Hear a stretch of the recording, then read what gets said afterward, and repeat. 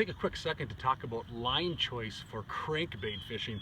I fish a lot of crankbaits, whether it be shallow running wake baits, whether it be deep diving baits throughout the season for bass, walleyes, pike, anything that swims.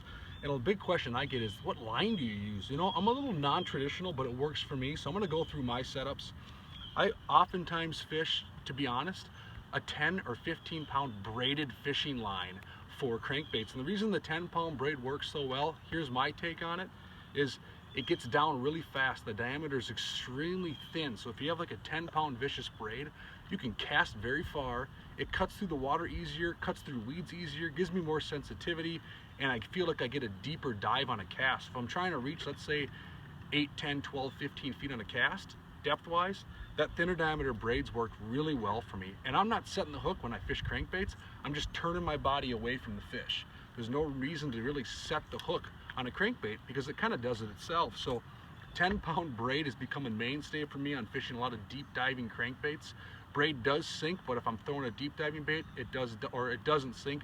If I'm throwing a deep diving crankbait, it gets down there quick. So I've started to fish a lot of braids for crankbaits.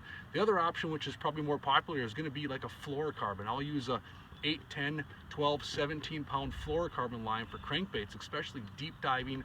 Let's say I'm going to do some shallow type wake baits where there's clear water and fish might be a little more line shy. I'll switch to that sort of stuff. So a couple of the baits I've been throwing that have been catching a lot of fish, the new 6.5 rattling hornet has been awesome. I've caught a lot of bass on this. Walleyes have crushed this. Of course, your pike and your muskies are going to chase this down too. But that 6.5 rattling hornet from Salmo, that new bait, has been awesome. I can get that down with 10-pound braid right around 12, 13, 14 feet down on a good cast. So that's a great bait. I've also been fishing as a wake bait that new bass bug from Salmo. This thing is sweet. It looks like a golf ball in my hand and I can cast it a country mile.